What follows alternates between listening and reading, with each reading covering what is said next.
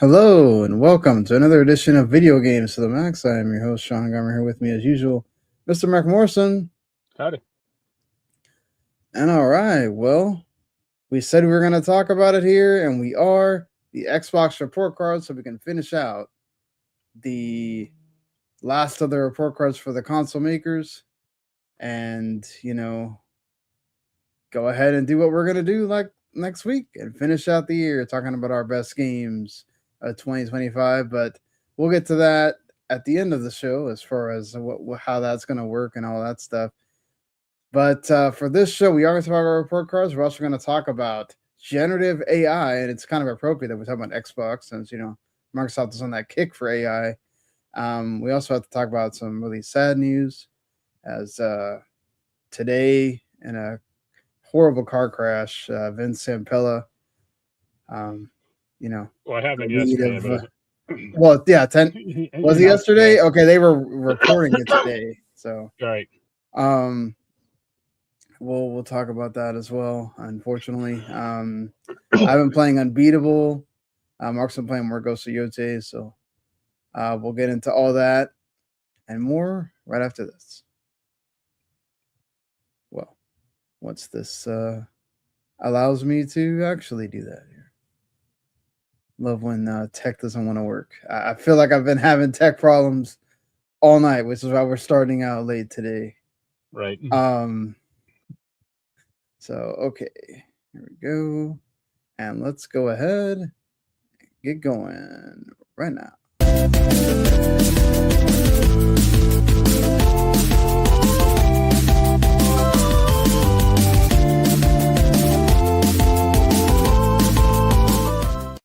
You are listening to Video Games to the Max. All right. Let's go ahead.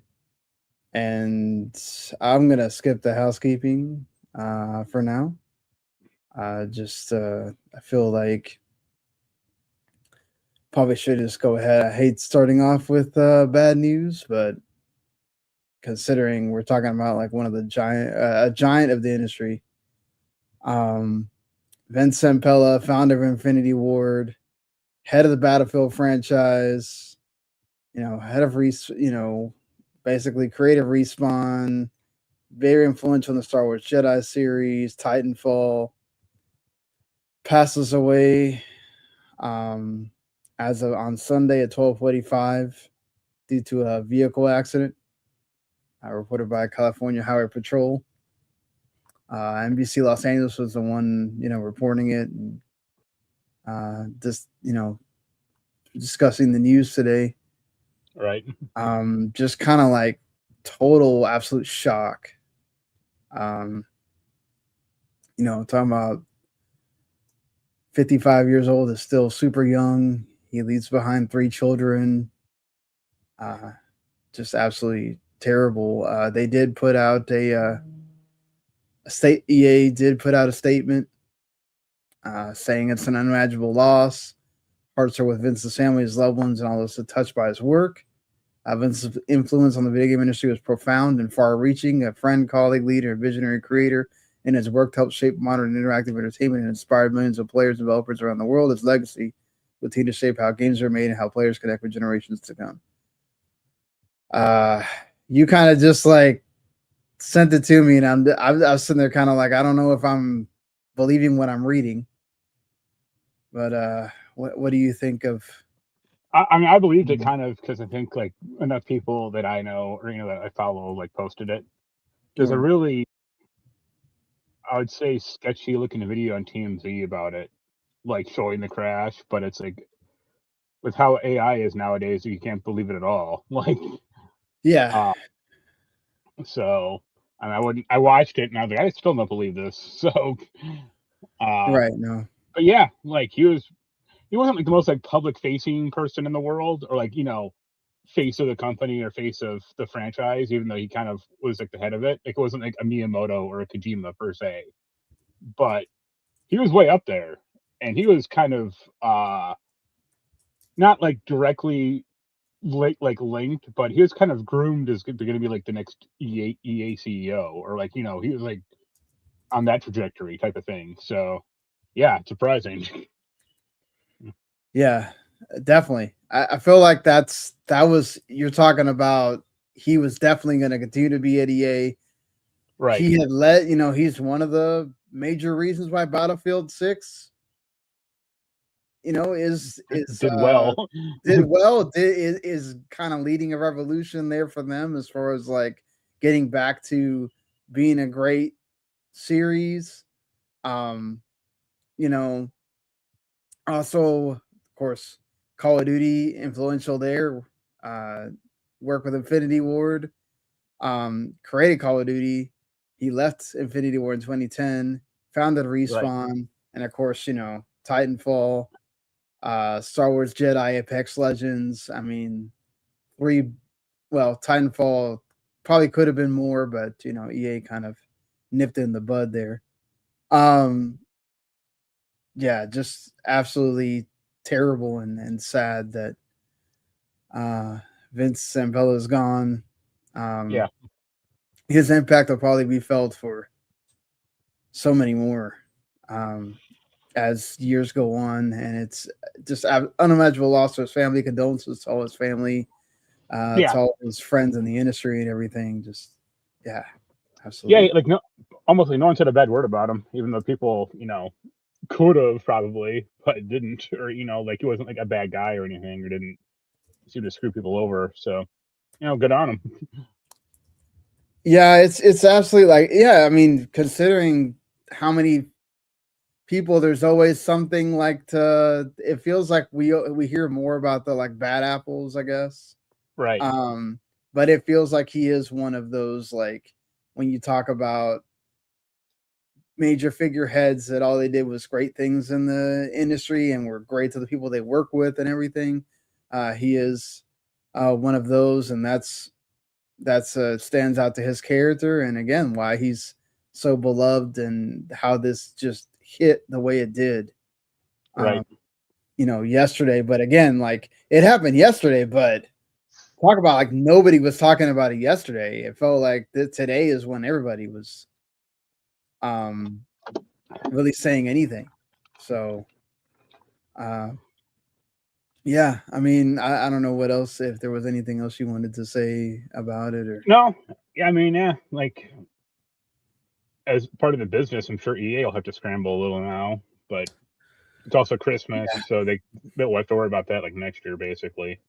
I mean, yeah, the fact that it also happened like right before Christmas is it's absolutely not good. Talk about like just for the family. You're thinking about celebrating Christmas, another new year, like all the whatever plans they had ahead for Respawn. right.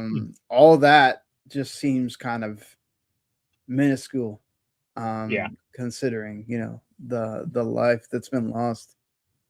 But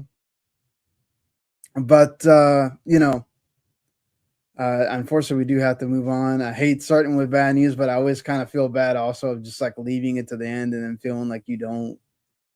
Well, this is also like breaking news, essentially. Yeah, exactly. Yeah. I mean, it would have been even more breaking if we started a bit like an hour or so late. So yeah. Yeah, we will get into our two big topics a little bit later on, but I guess let's go ahead and talk about some games we've been playing.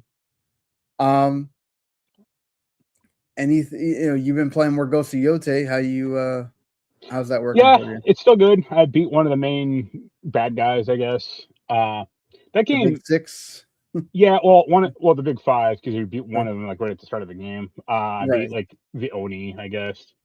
That game is weird. Like, it has a lot of like really dumb motion control bullshit and like touchpad nonsense that thankfully you can turn a lot of it off or just kind of skip it. But it's like, why is this like, this isn't like fun, or this isn't like, you don't get like a boost for doing this crap.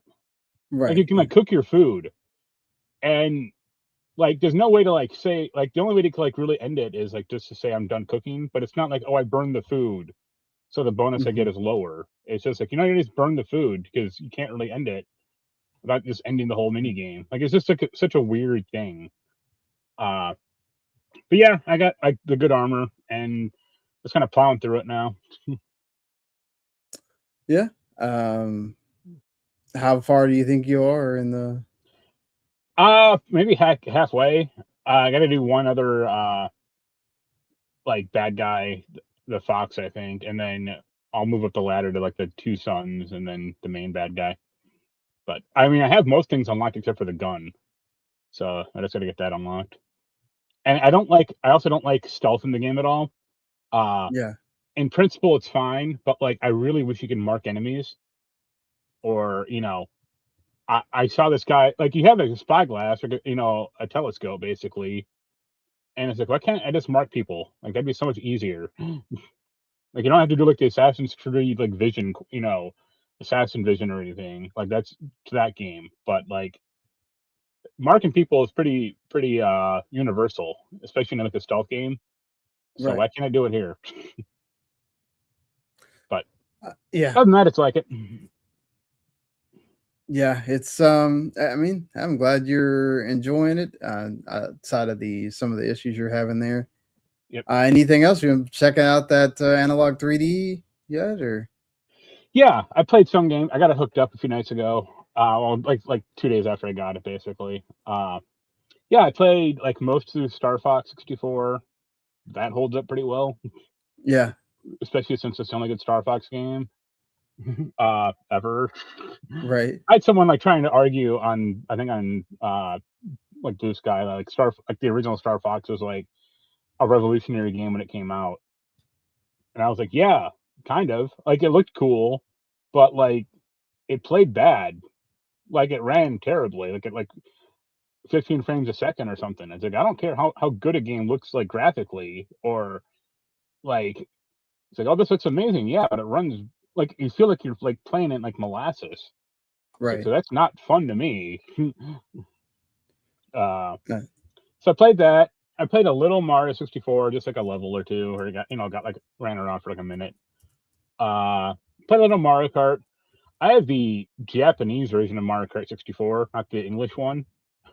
So it's real weird because it has some like different voices in it.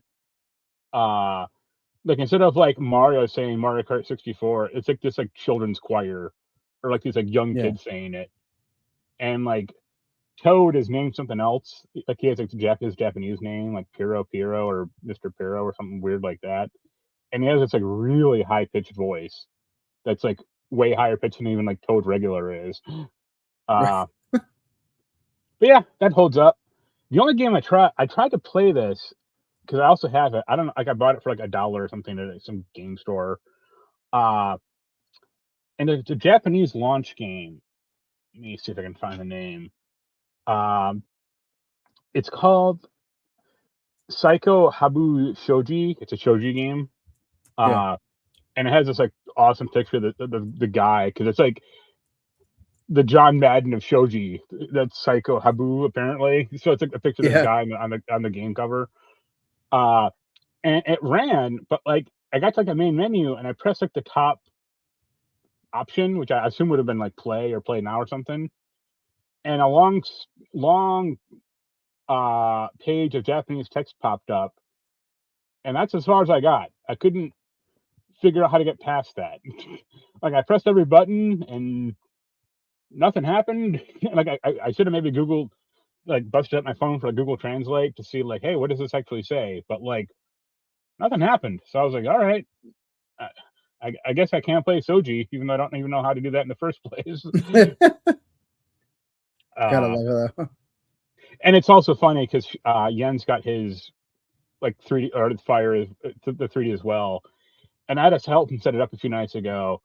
He had a little more problems with his than mine, because like didn't boot correctly, and then he had to like delete the firmware on his SD card and then like reinstall it, and then it was fine. But he was like nonstop bitching about it for like the first night. He was like, oh, because he was trying to play it in his office, and his Right. office doesn't have a TV; it just has a good like PC monitor in it, or I think it's a Mac monitor. Yeah. And he was like, I can't. Why doesn't this thing have SP diff out. I was like, because none of their consoles have had that. Because Right. no one cares. And he was Yeah, like, yeah, but only him. I want to use it for my deck. And I was like, again, that's only you. Like, you're the only person who gives a shit about this nonsense. Right, And yeah. so eventually he begrudgingly had to go downstairs to his like living room and hook it up to his TV, like unplugging the Oh, switch. the horror. Yeah, I was like, oh my god, what a problem. When you talk about the nomenclature of first world problems, that is the Yeah. definition of that. And then he had to order a N64 extension cable for like the controller because it didn't like reach far enough. Yeah. And this is like somewhat legitimate. He did have to order like a new gamepad or like some like Oh, third party one because like I guess he had an N64 control pad, but it was like drifting. okay. Which is valid. Like that's like the one thing that like okay, yeah, let's go for that. But like him going like, oh god, gotta go downstairs and hook it up to my TV, and I'm like, oh my god, should I break out the Right. tiny violin now or something? Like, come on. But yeah, he's playing Star Wars: Shadows of the Empire. I'm like, Okay. that's up your alley for sure. It's definitely on that. Yeah, the Analogue is cool. Or, I'll keep plugging away at it. Yeah, at least you were able to do that. Yeah. But all right. Anything else? Also playing a little more Diablo 4. They released a new season, and I guess I bought it, and so I've been playing that off and on. Oh, okay. Yeah, That's cool. Yep. All right. Well, I did get to play finally. I mean, last week I had the game, but I didn't get to play much, so I didn't want to really talk about it. But I did get to get at least to chapter 2 in Unbeatable. Yeah. That's an indie game that came out like around December 9th or 10th. Right. It's kind of a different than I expected. They do have like an arcade mode where you just play the songs. You can play like a music game, right? And they have different difficulty modes. But the main crux of it is the story mode, right? Because it has the anime aesthetic, and a cool like almost sort of like fully cooly kind of look to it, Right. as well in the anime style.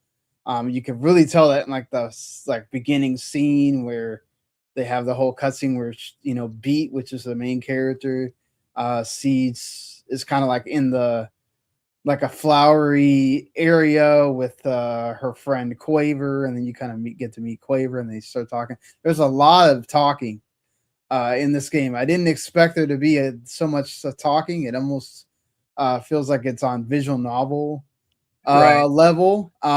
They do have voice acting, so it's not like it's all just reading a bunch of text. And they do like move around. You do have full control of Beat during the whole sequence. It's a lot of exploration as well. I thought it was really just okay. You kind of go. I thought it was more like narrative based. Okay, you kind of go, you tell your story, you go to your thing, and then it's it's a lot more of a music game, right? It's not. It's much more of a like almost like an adventure game that just happens to have sort of like Guitar Hero music type stuff, like combat in it. I've only done like about 3 of those so far. Yeah. One that feels like you're supposed to lose, like in the beginning of the chapter 2 that I'm in, and then one that you can win, but it kind of doesn't really. The story has to go where it's going, right, to get to that point. There's a few fights in Yotei that are kind of like that. Like one against like the main bad guy, and I was like, "Am I supposed to lose this? Because it's really hard." And apparently, I'm not. Like, I had to like win it. And so, what's funny is it tells you game over, then it like keeps going, and I'm just kind of like, okay, well, I guess it's just giving me the illusion that I lost, but not really. Yeah. I mean, this has been in development for a while. They also have like a little side story, or I don't know if you call it a prequel, white label that's also available on PC. This is on PC and PlayStation and Switch. It's not on Xbox.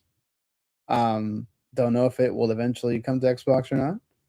But yeah, like the draw is really because they're younger characters. They kind of have like it feels like sometimes I'm like sometimes watching my daughter on screen the way they talk. It makes me laugh sometimes. I find them interesting. It's just like I said, it's a lot.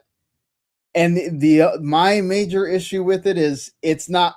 Look, I just have to sometimes understand that not every game is made for you to play piecemeal the way that I have to play games. But it's one thing for them to do it like I complained about Black Ops 7, where it's like, look, we've never had a campaign like that that's always online. Most people that are going to play the campaign, they want to play the campaign at their own pace. They don't want it like dictated for them where they have to like get to a certain spot or else you can't progress or you have to start all over or whatever. And unfortunately, in the case of Unbeatable, it is kind of that way as well. Like there is a lot of talking, like I said, and a lot of like exploring around. And you don't really get like if there is one, I haven't seen it. Like the notification that if it's auto saving. So I really have like I had to stop in the middle of like the last part of chapter 2 that I was in to start like that next part where I'm moving the character around again, and I have no idea if it's saved or not and how far I'm gonna have to go into wherever I was to like get to where I was before I quit out of the game.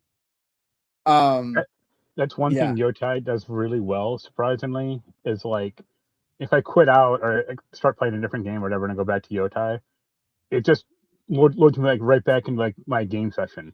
Like no main menu or no title screen or anything. It's just like, and it takes like 2 seconds. Yeah.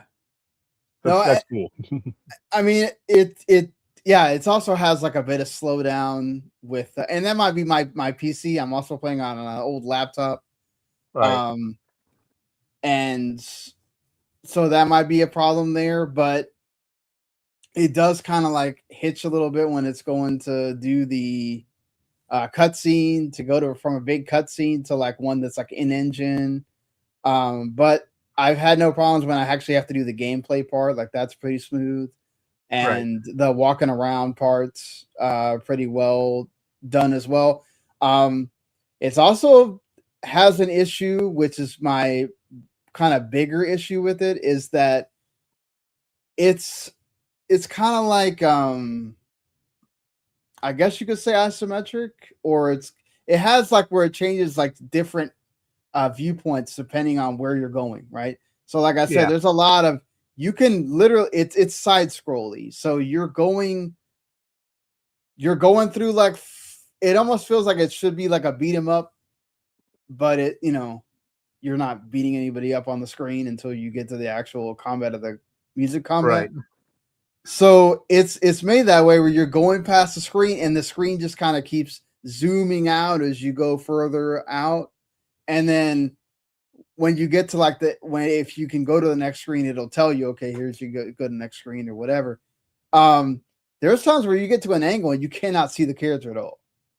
So I'm just kind of like, well, now I got to move around and see if I can finally get them I can see them. And then, okay, now I have to go backwards or whatever. And it does have a limitation where you can go all the way to the right if you want to and kind of explore and look at stuff or whatever. But then if you're not going the right way, it would just stop you and you have to like turn all the way around and go back the other way. And then my that was kind of like my main, and I did have a moment in the first chapter where like you're trying to find this entry door. And I would have never, if I didn't happen to fall off a certain way, figure out that that's a door over here. Like that's just kind of like on the side. Because it doesn't look like a door at all. it's supposed to be. It's I guess it was an entry point, and then it's like, oh, open door. It has like almost like a point and click style like nameplate of like, oh, door, and then you press the button and it opens, and it's like, really, that was the door? I spent like 30 minutes going around and around this whole stadium looking thing, and like, it's whatever. There was a problem with that in Suikoden 5 where like it's like, oh, I had to go through this one door, but like I didn't realize I had to go through like, because it was like where the camera was. So I was like, there's a door here, like, and after like an hour of searching, I finally stumbled on it, and I'm like, what? Like, you could have told me, like, this would have been helpful. Yeah, exactly, right.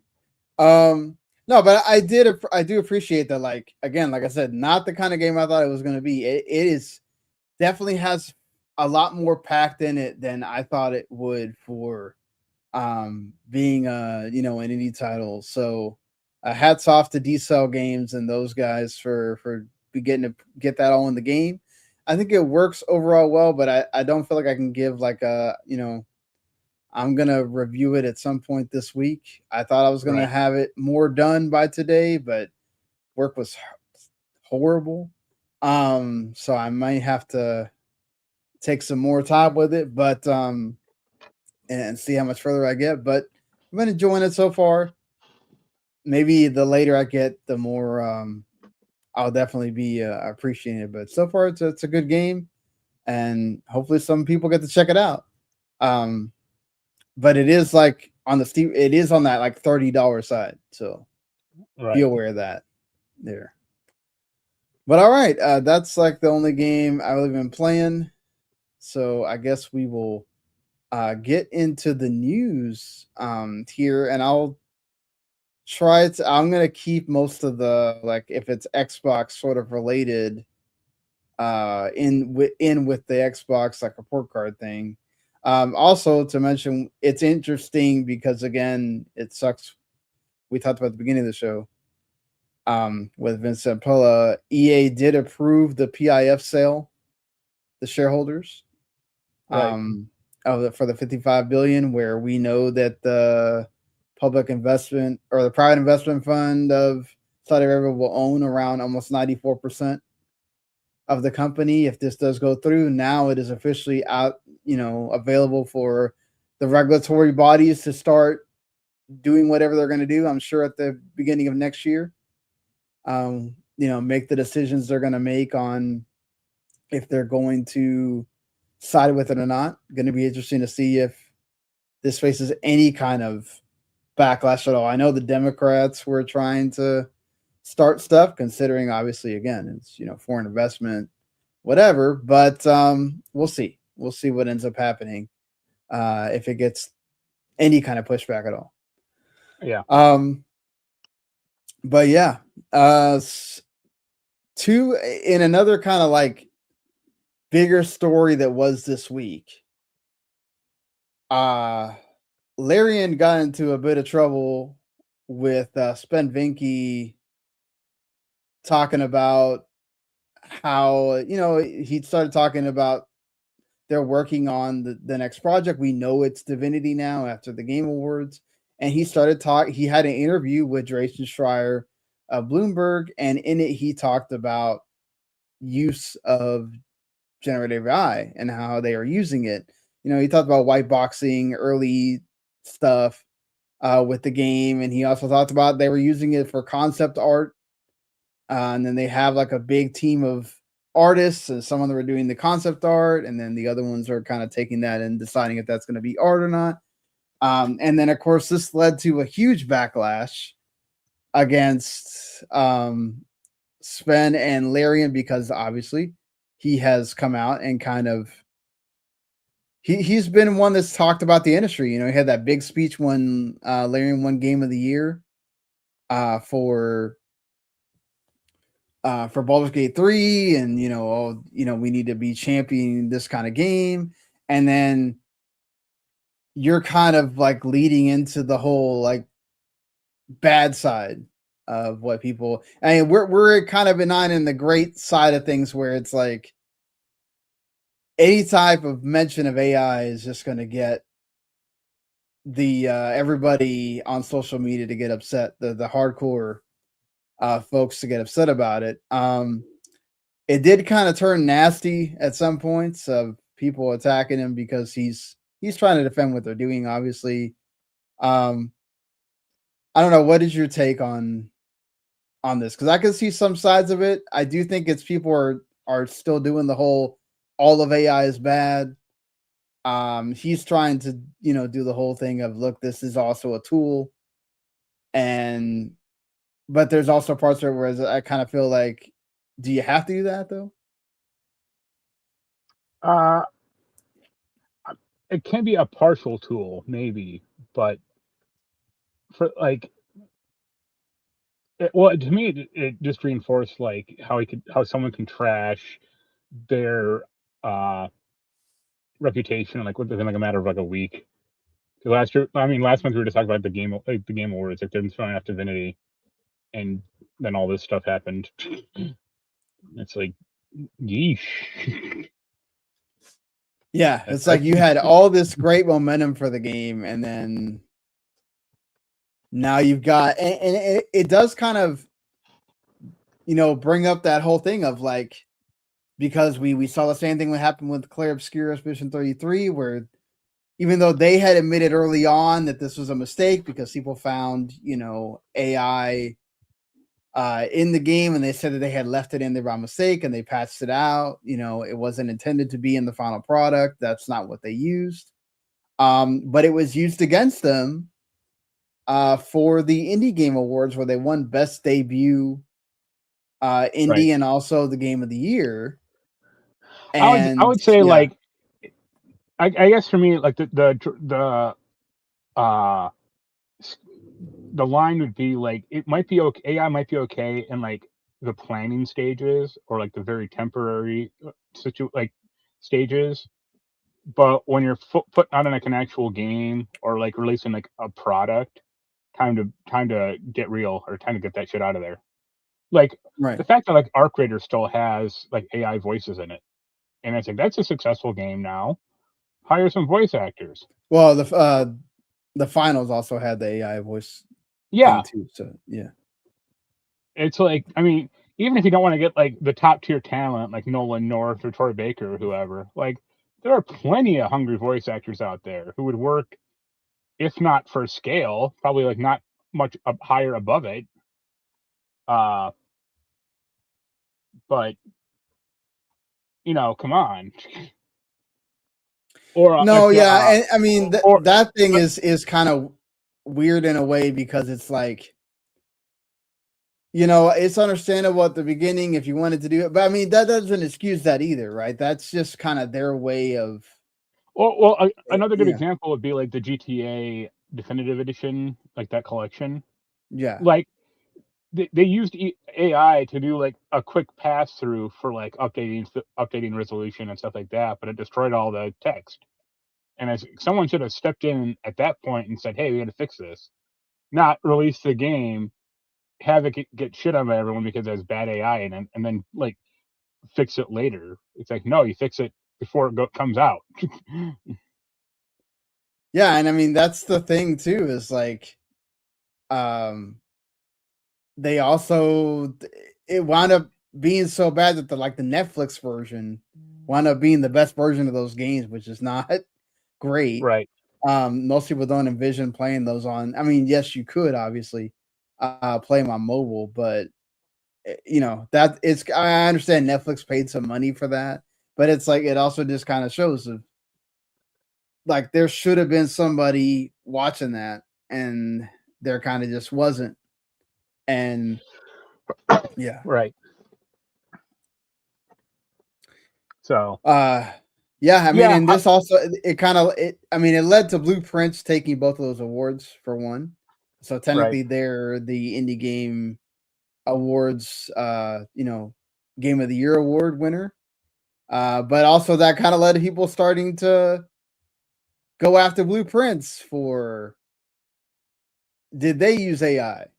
And of course, they came out and said no. But and it led to the creator and Raw Fury having to come out and say, look, there's no AI in the game is built and crafted with full human instinct. Then you had to start seeing indie game devs come out and have to all say that they're not building the game with AI. Well, yeah, it brings further Tim Sweeney's comments a week or two ago or whatever, saying like, why should we like Steam lists AI usage on their store pages? Like, that's a bad thing. It's like, no, you idiot. People don't like AI at all, or have a very guarded stance against it. But he's such an idiot. yeah. I think it's one of those where it's like, I understand everybody's kind of push of we don't want this at all. Anaya, who is also she does her own art. My daughter does art, she draws and stuff, and she's always constantly telling me, I kind of tell her like it may not be a bad idea for you to learn how to use some of those AI tools because it will kind of be important maybe later on as that becomes more. And she says, I don't want to use AI, I can't stand AI. And I was like, well, okay. I'm down with that idea of it. Like I try not to use it either when I'm making the thumbnails or whatever, but sometimes it's like, I need to take this background out. And I don't have 30 minutes to go painstakingly through and try to take it out. And I do sometimes use that AI auto mask thing to take it out. And when it's like something that's actually productive, right? I think he talked about, when you're having it do jobs that people don't want to do, I think that is advantageous, right? If that saves you time, if that saves you money, spending that you're not doing, and it's not costing somebody a job, then, I'm kind of okay with it.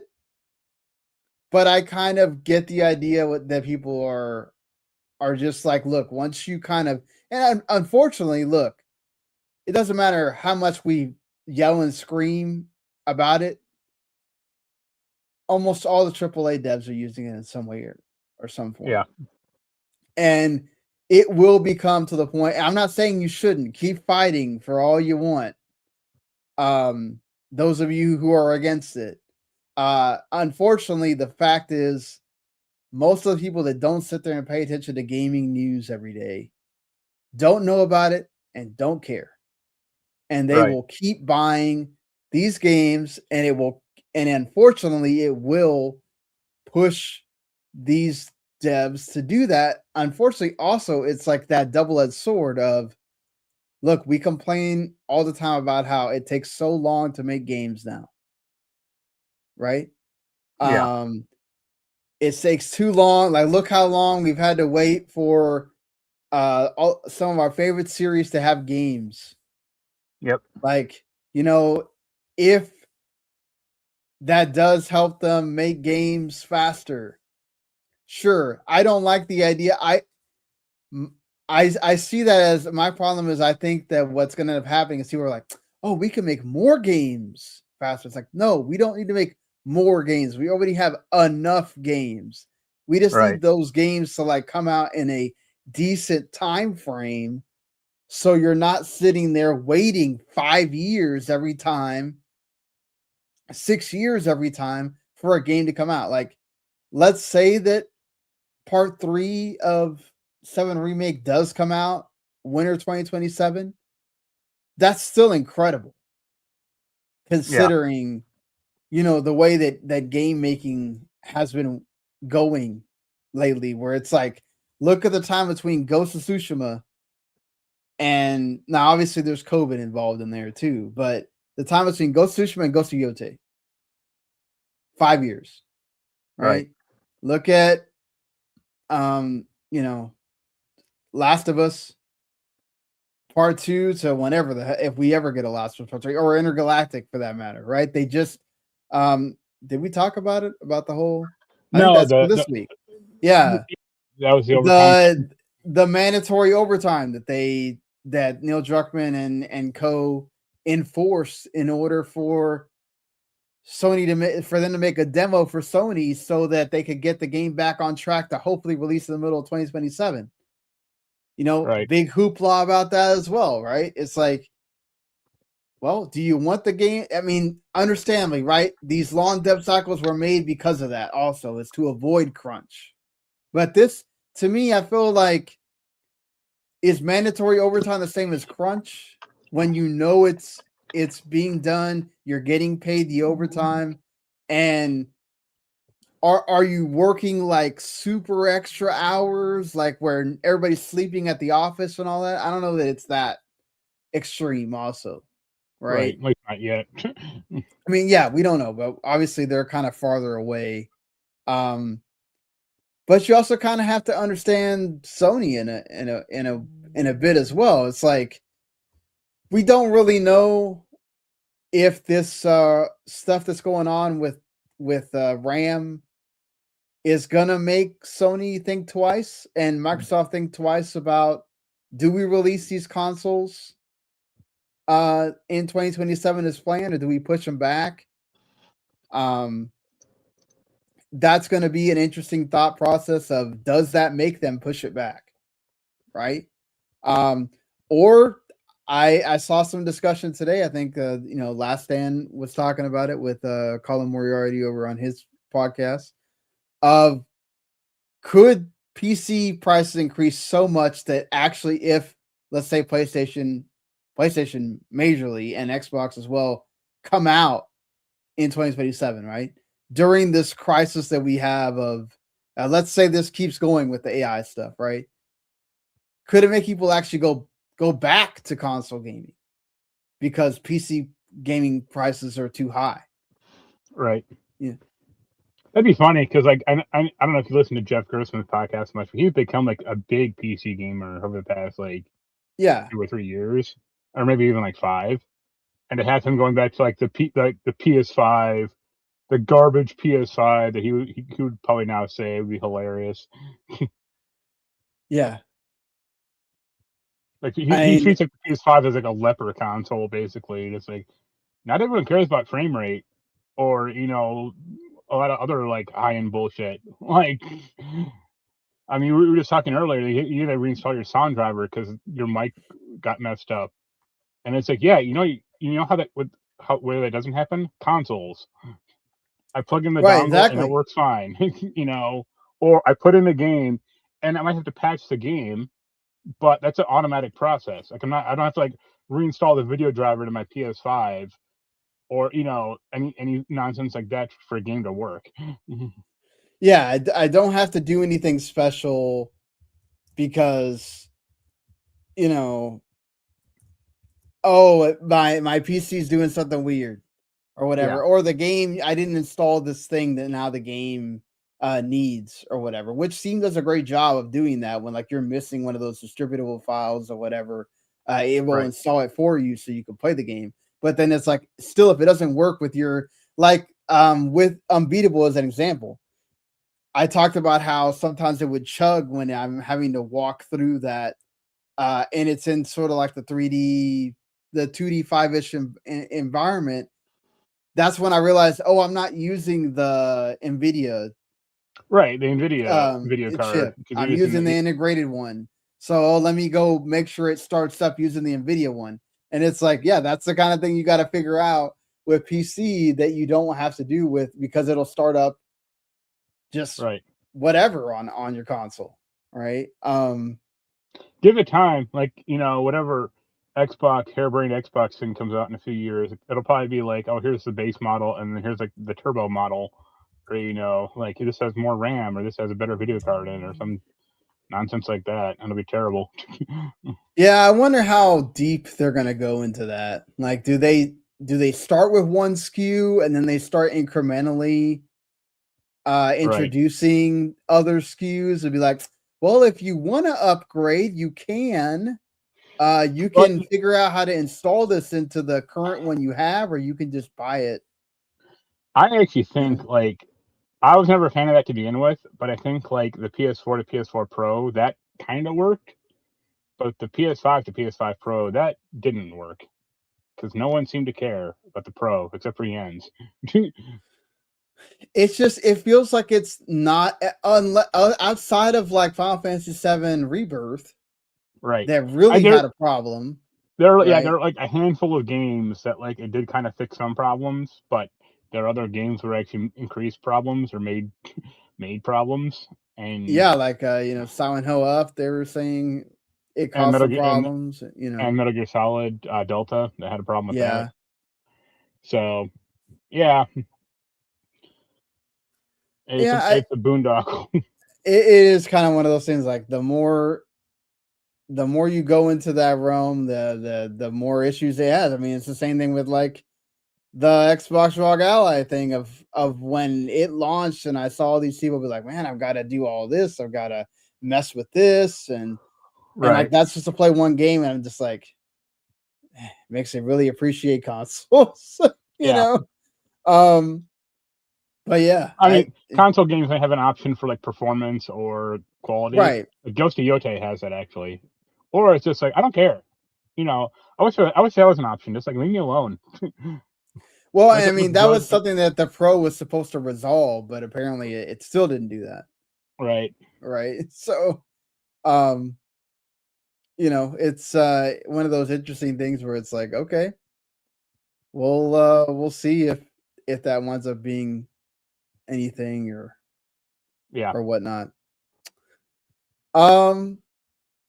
Yeah, interesting things also from that front of companies cutting some hardware. NVIDIA is reportedly cutting RTX 50 series production next year because they're not as popular as they thought they were going to be. Also because they make the laptops and PCs more expensive, right? People don't want that right now when they can barely afford normal things. I'm sitting there thinking about because of all this stuff with the RAM and the memory shortage and all that. It's the holidays, and I'm sitting there thinking about. I talked to some of my friends at the Outer Haven and you as well, and I was like, okay, try to find me a laptop that's within a certain range where I can kind of make it affordable, with the buy now, pay later. And we're still looking at it something for like $2,000, and I'm just like, God, I remember buying this PC for or this laptop, 8 years ago for 1,000, and that was a lot for me back then, right? And I mean, yeah. The two things I would say is like they're not stopping GTX production completely. Just like Right, they're cutting just it by like lowering 30 it. or 40%. And that's it's because they want to focus more on the AI. Yeah, and also do the RAM shortages as well. Like, but also like laptop, like gaming laptops have kind of been the same price. Like mine was like $800 like 2 years ago, and yeah, it's pretty comparable now. And like even the ones I got like 10 years ago, I think it was like 1,400. So it's gone up, but it's not like the laptop I would have bought 2 years ago would now be like $4,000. If it's depreciated because of it only has a 40 series graphics card in it, not a 50 or whatever else. So yeah, but it feels like anything. I mean, I was surprised that they were able to throw like some of the 50 series ones at me for like 1,600 or something like that. But then it's like, again, once you start putting in the RAM and you start putting in the adding memory to it and stuff like that, it starts going up. And it's again, just like, I mean, yeah, you don't have to get a 50 series though. You could always get a 40 series and be a lot cheaper. Yeah, but just I be agree with older. you. I'm just kind of seeing what that market is. Speaking of that, also the Steam Deck, the original, I guess the garbage the kid, original poor version person. of this. Yeah, the cheapest version of the Steam Deck has been essentially discontinued. Yeah. The LCD one. So I guess if there are any still available or you want to get it, secondhand, even though it's getting to the point really where like the Steam Deck is very long in the tooth. All right. At this point, so it's like I mean, Valve is smart. Like they know that, especially with the, this is also affecting the Steam machine as well. right? But they have to they're trying to wait it out and see if anything happens here where prices go down, stuff like that, so they don't have to release a Steam machine at a crazy price. And then also, what does that mean for the Steam Deck too? Right. And do they start out at the same way? Do they find a screen that's cheaper to kind of try to make it cheaper at first, or do they just go all out with the OLED? And just be like, okay, we're gonna give you the best one. It might be a little bit more expensive, but you don't have to sit there and go, oh man, I'm gonna go and buy the OLED one later. Right? What do you think? Do you think they're gonna do the Nintendo route of coming up with a cheaper screen first, or do you think they just go out and be like, oh, here's the OLED, that's it? No, I think they'll do a cheaper one first. It won't be as cheap as it was initially, like the first model, but it'll still be, like a little more consumer focused or consumer, price focused. And then they're like, oh, if you want the higher one, here you go. But who knows? Yeah, I'm not holding that breath. I mean, I hope that. Yeah. The difference is like the Steam One, or not Steam One, sorry, the Switch One. Like they put out new models, but it was very tiny upgrades. Like, oh, it's a better screen, or like the CPU is like 10% faster or whatever. But like you don't really see that in most games. But like when this Steam, when they put out the Steam Deck, like that, the LCD one, it had like a bigger hard drive. Like that's a major upgrade. Or I think it had faster RAM, or it had like some other like actual like upgrade as well. So it's like, yeah, this is a lot more tangible than, it's a bit better screen, but if I don't really use it that much, go out with it or anything, like who cares? Yeah, exactly. That's true. Yeah. One final thing here, unless you have something else to talk about before we get to the Xbox report card deal. We did have some. Go ahead. Sorry. You can bring up your topic, and then I'll mention the other thing. Yeah, we did have some news on the November hardware sales and software sales. Considering that November is Black Friday, it's usually supposed to be a huge month for gaming as a whole. It's supposed to be like November and December are the ones that are supposed to take everything over the top, right?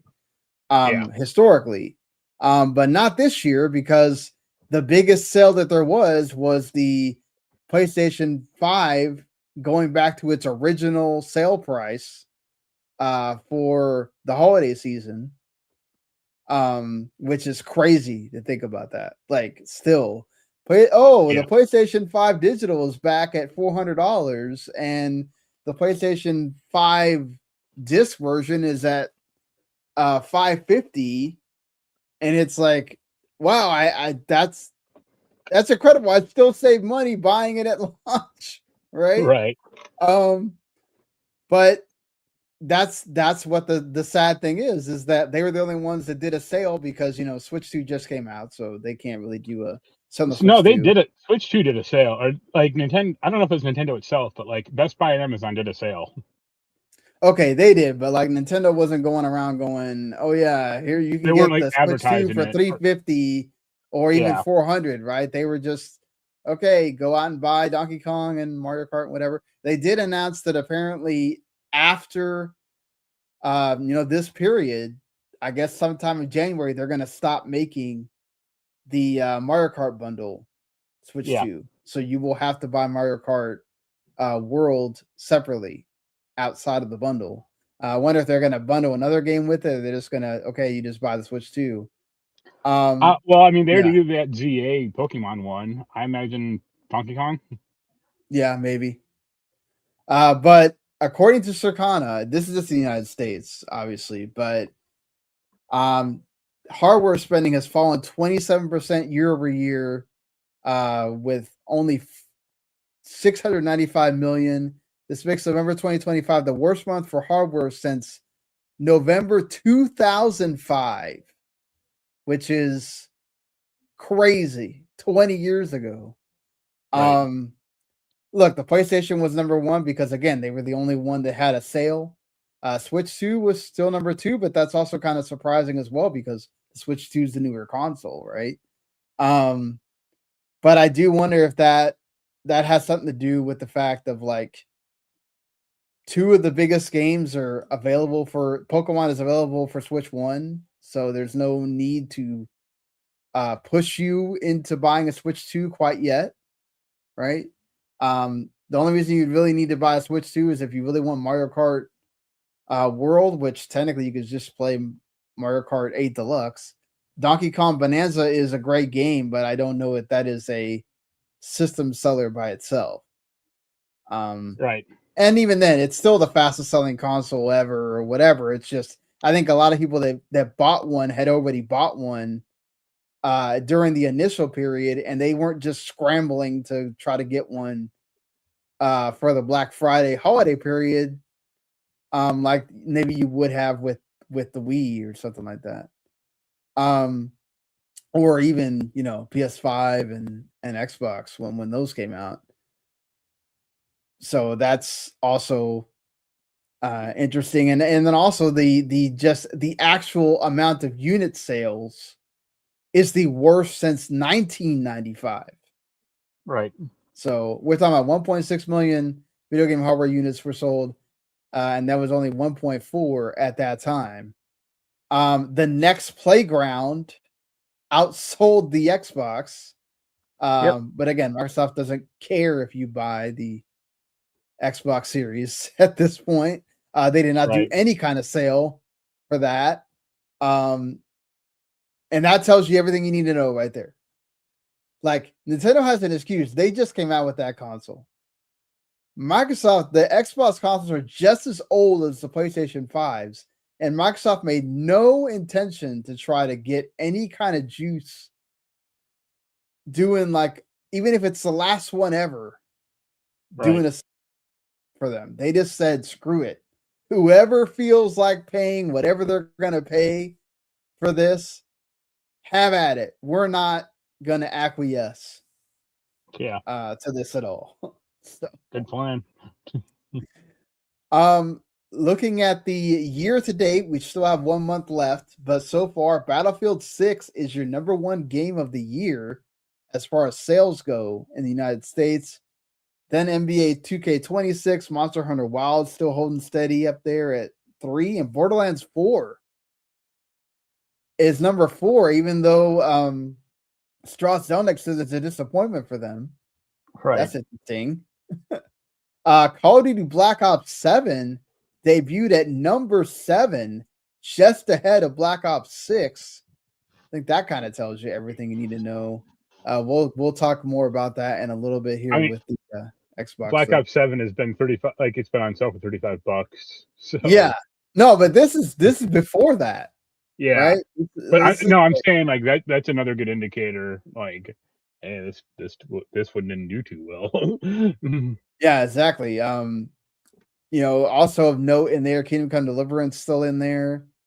Forza Horizon 5 still holding strong in the top 20. Helldivers 2 also, Split Fiction, WWE 2K25. So, hey, all those are still on there. Oblivion Remaster is also there at 9 still. So that's in the overall of the year. Call of Duty Black Ops 7 was still the number one best-selling game of November. But you have to imagine by how much. It's probably definitely not the length or the gulf in sales that it probably has had in the past. Battlefield 6 is still there at number 2 for the year. Then you got a bunch of the sports games. Pokemon Legends CA, they're at number 6, and that's without the digital sales. So who knows how much that is not taken into account, along with Kirby Air Riders and Hyrule Warriors at 10 and 11. Outer Worlds 2, they're at 12, which that's a good sign. Donkey Kong Bonanza still holding in there. And Digimon Story Time Stranger, one of my favorite games of the year, still there at number 20. That's cool. And that's just for the month of November. So that kind of paints the picture of like the up and down and mostly down year that Xbox has had. It's a weird year because they had perhaps their like strongest year of releases that they've had in a long time, of consistent releases. Like just being able to put out games at a trot that they've perhaps never been able to do. Yeah. Or that they always promised they would, and then they just never could for one reason or another, right? And then this year it's like,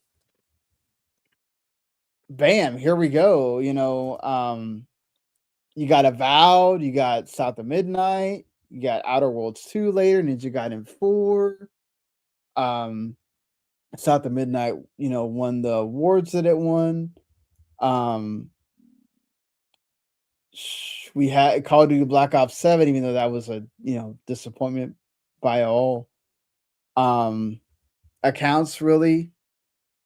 And you got Doom the Dark Ages as well. They released Forza Horizon 5 on PS5. They released Indiana Jones and the Great Circle on PS5.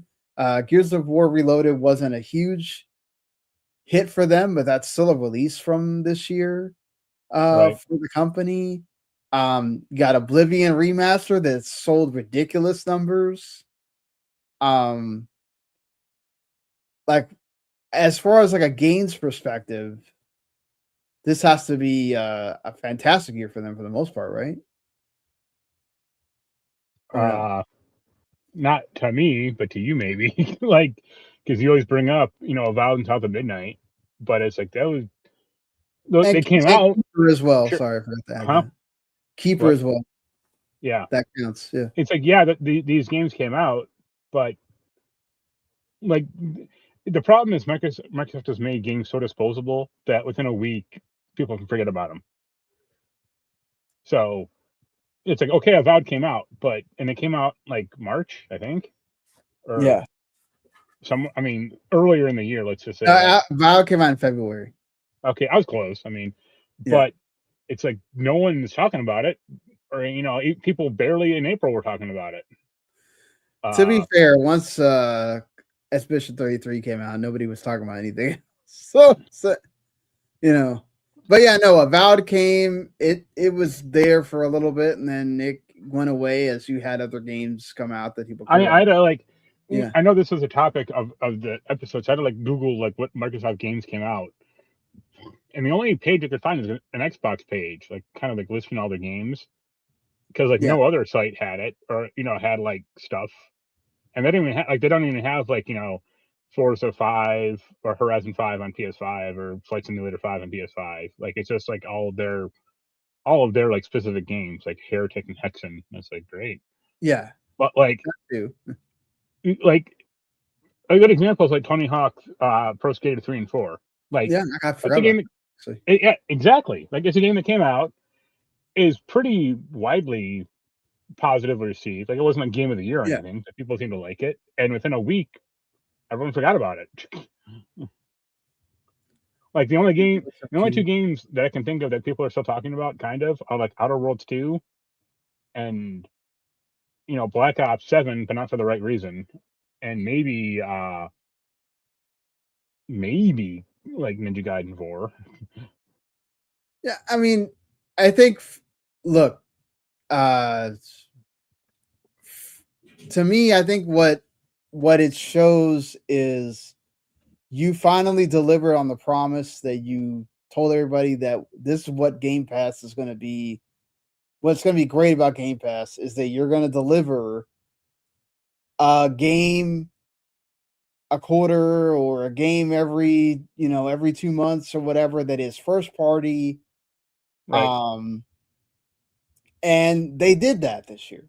And for the most part, most of the games were good. There are some that are great, like Doom the Dark Ages. And some that are just fine, like South of Midnight, Avowed. Outer Worlds 2 seems to be like one of the more well-received ones. Right. People really loved Elder Scrolls Oblivion remaster. People did not like that Fallout 4 thing, though. Yeah, Fallout 4 no. But when you're talking about like you released 15 games this year, and like Tony Hawk's Pro Skater 3 and 4, you said, yeah, it feels like okay, they released it, but it wasn't talked about for too long. Right. But still, it came out. It's part of the portfolio. If you're gonna grade them on the games they released, most of them were in the positive realm. And then you also got the double bite of the apple of releasing many of them on PlayStation 5 that weren't on there before, like Hellblade 2 and Forza Horizon 5 and all that. So right. I still think, I mean, Sony has this problem also, kind of, but not as bad. But like, okay, Xbox released 15 like games this year.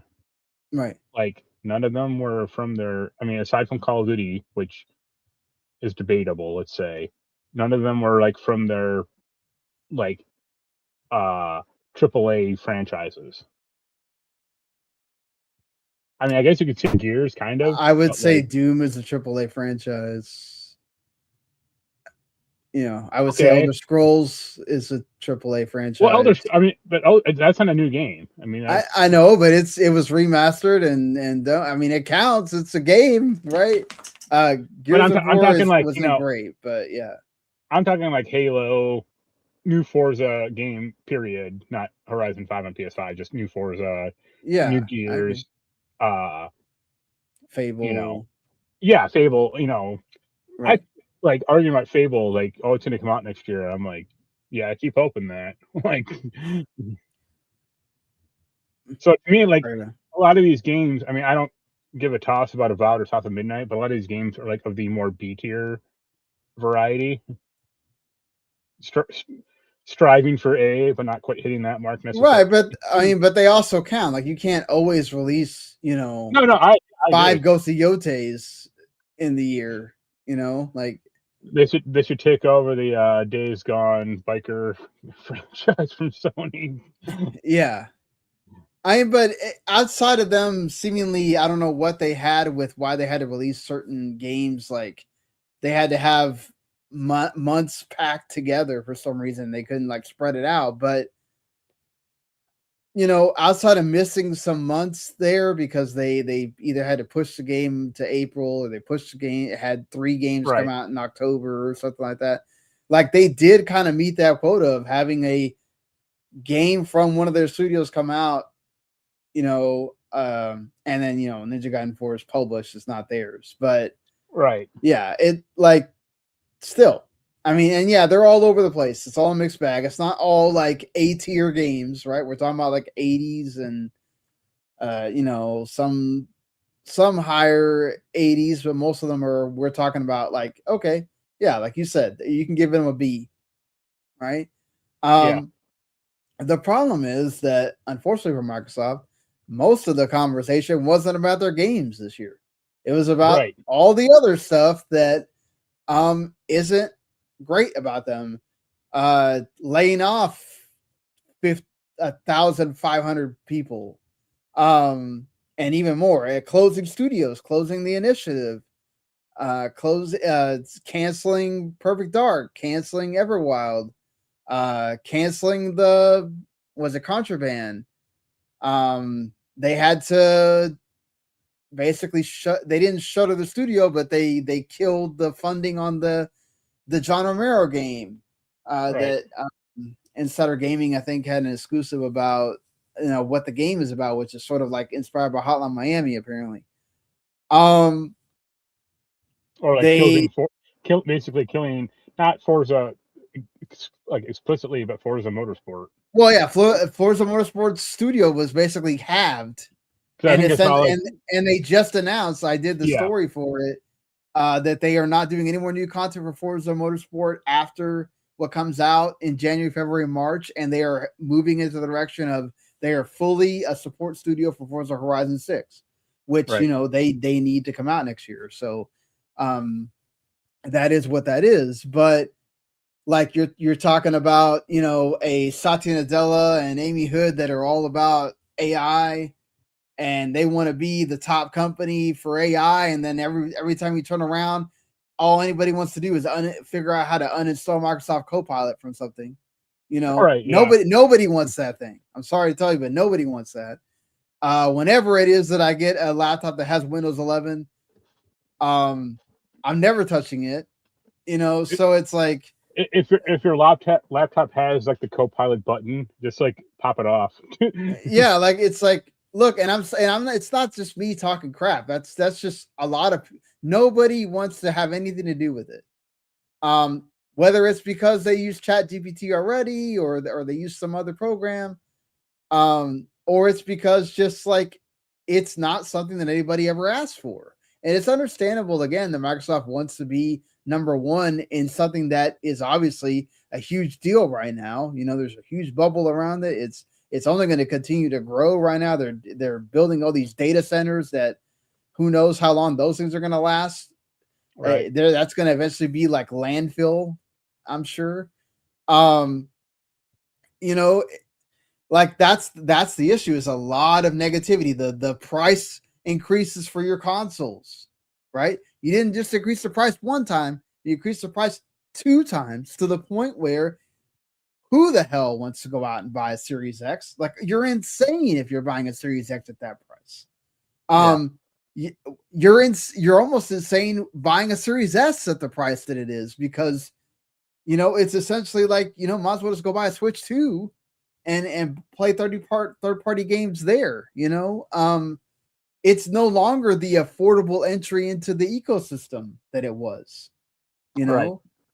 You might as well spend some more money and get the Xbox ROG Ally or the Xbox ROG Ally X, honestly. If you're going to go that route. Spend the extra money, just get a PS4 or PS5 digital. Well, that too, but I'm just saying, you're right about that, right? Because almost all the game, pretty much all the games go to. There's some that are missing. Who knows that we already know South of Midnight's going to go over there. Don't know if Avowed or whenever Avowed, Starfield, and all that are going to go, but they probably will eventually. I don't know about Starfield. Yeah. Like I saw the funny thing that like this was supposed to be the year. This has been the entire year, and now they're saying it's next year because now they have this huge update that they're going to do for it. And yeah, I think that thing's just done, and it's like why throw away good money after bad at this point? Like, even if it comes out on PS5, I don't think people are like that going to be into it. Right, and then like or right, they should do is they just release it in a double pack with Redfall. Let's not talk about that game. Another thing that was important was Game Pass, best deal in gaming, right? Not anymore. I think it's still technically the best deal in gaming because you're still getting some. I mean, look, you got Marvel Cosmic Invasion this month. I mean, that's already what, $25 there. If you played that game, you almost paid for your subscription to Game Pass, and then can't really think. I mean, you did still get, regardless of whether you liked Call of Duty or not, it came in the freaking year, right? It came in the window.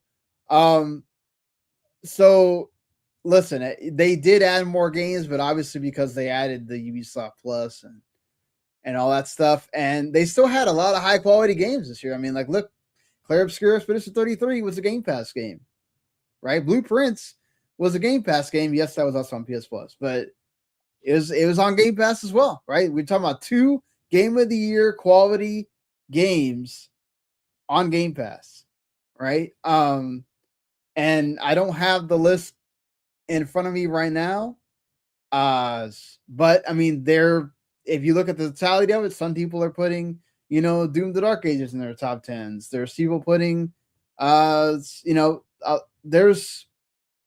a lot of the other games are not in there, right? But I still think Ball X Pit is a Game Pass game, so, and that was sort of like your Vampire Survivors esque right. quality of game in there. It's the Xbox Game Pass as a whole, I feel like, had a tremendous year, I think, if you look at the totality of it. But then when you raise it up to $30, that's what makes it very difficult for people.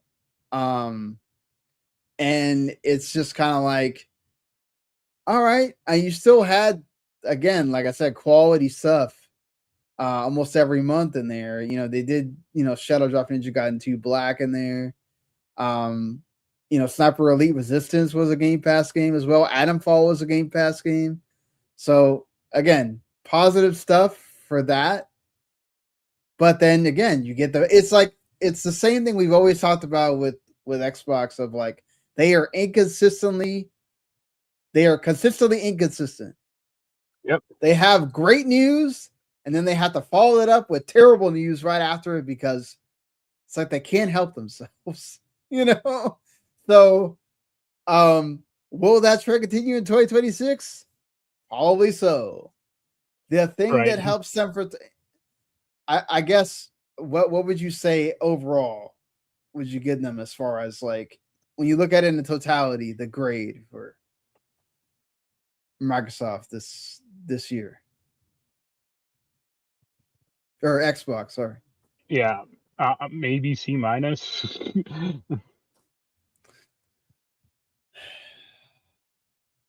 I forgot what I gave. I think I said what, B- or place. I think for Nintendo I said probably B-, and then PlayStation got like a C. Sure. It's hard, man, because the negative like outweighs the positive. It's like very hard to. Yeah, I mean, I'd probably closer to say like a D+, but I know you. I'm gonna give it like a C.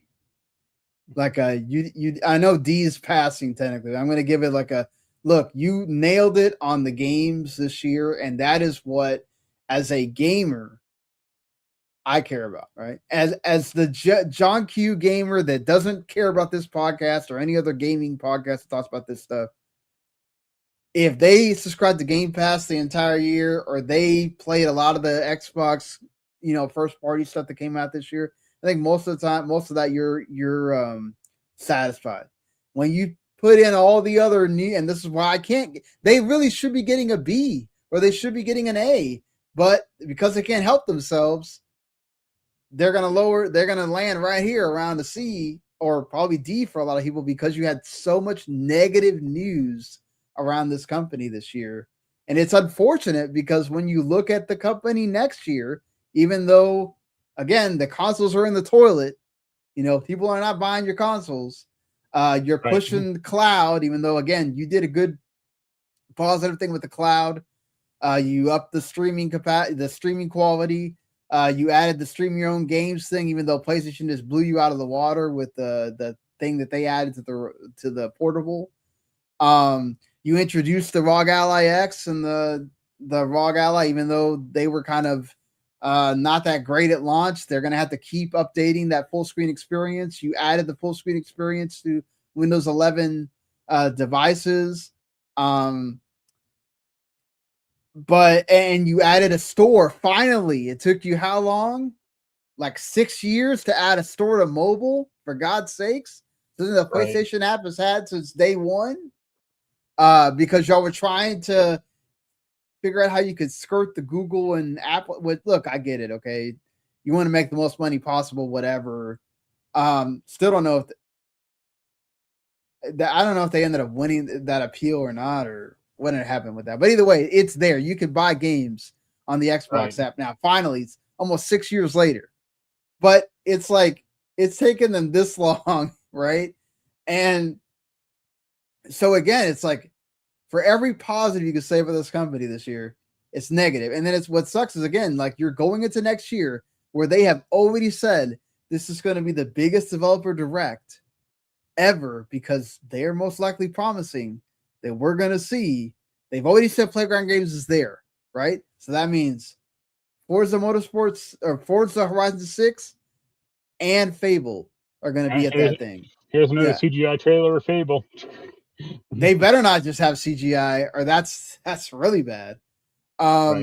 You know they're gonna have some kind of mystery surprise game. They always do. Some kind of shadow drop. Here's Banjo Yeah, Kazooie Nuts and Bolts too. that'd be amazing if they did anything with Banjo Kazooie. That'd be cool. Gears E-Day will probably be there. Will Halo remaster, and then Halo remaster because it's a remake of Halo 1. So why wouldn't it be able to be there? So you got your 4 core franchises in one developer direct. I mean, the amount of delivering that thing could possibly do, Right. would be a incredible way to kick off January 2026 for you. It'll be funny when they Know, announce like 15 new games for the direct and only like 4 actually come out. right? Yeah, like that's the thing is like, will these games come out next year? Because like I feel like we can kind of count on Gears E-Day. Right.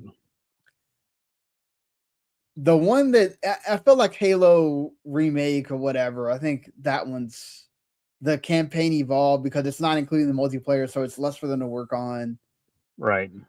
I think we Don't can worry, kind of man. count on that. Yeah. Infinite's supposed to last infinitely. Right. I wouldn't be surprised if Replaced is the other game.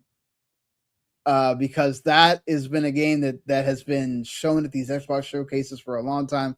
It's a highly anticipated indie. I wouldn't say we're gonna get that'll be the shadow drop or whatever, but that would be interesting if they had more to show for that game. But like we know Clockwork Revolution is supposed to come out. That's another highly anticipated game Right. for 2026. But after that, it's kind of like, okay, where's State of Decay 3? We haven't seen that. Right? Where's all these other games that you guys are supposedly working on? Let's see what happens.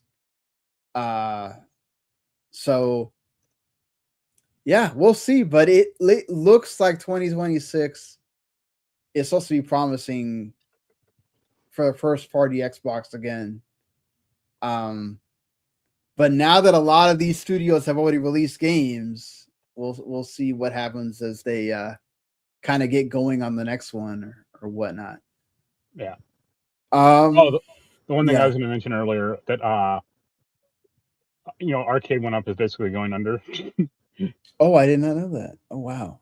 It was like a week and a half ago. They sent a letter out to like staff going like, "Hey, we're in trouble."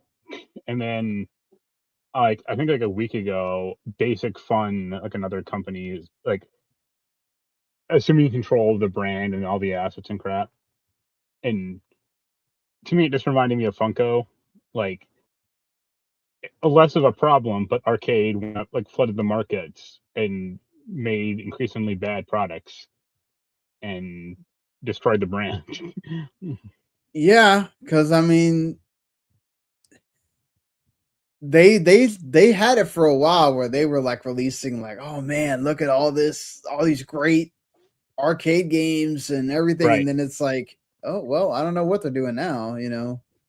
Yeah, and I mean, I don't like the size of them, or like I always thought they were too small, like for me at least. But like, yeah, they just kept, like, it was like a nonstop release, and it's like the stuff that people like, they were like re-releasing games at a certain point, or they had like at least like 2 or 3 like Teenage Mutant Ninja Turtle stuff and yeah, some other stuff, and it's like, yo, release like 1 or 2 of these a year, not 9 or 10, because they're just like flooding the market. And like I think, like I used to see them in Walmart, and I think they stopped having them in Walmart just because they weren't selling, just taking up too much shelf space.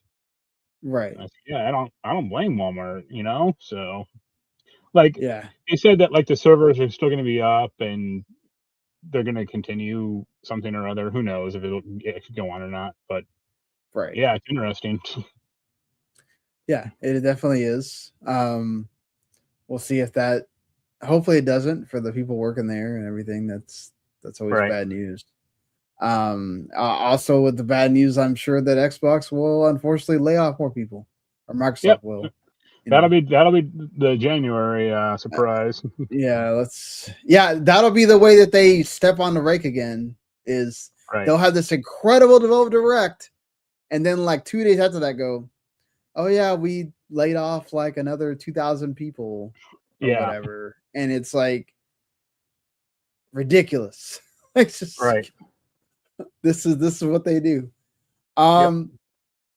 Yeah. I hope everybody. I mean, there's not really any big like like I said, the last week of game releases was last week. Like this is we're at the like people we have stopped. There's still I'm sure games coming out, but it's not really anything like already look forward to next year when it comes to that. But I mean, not that look, the holiday sales have already started. Go try to find your games you haven't played yet. How about a few Steam games? Yeah, the Steam Winter Sale is on. The PlayStation Holiday Sale is on as well. I'm thinking about if I'm going to get that Shadows in the Sky remaster or remake, or not. Of course you are. I've been waiting for it to go. They finally announced the sale for it, so right.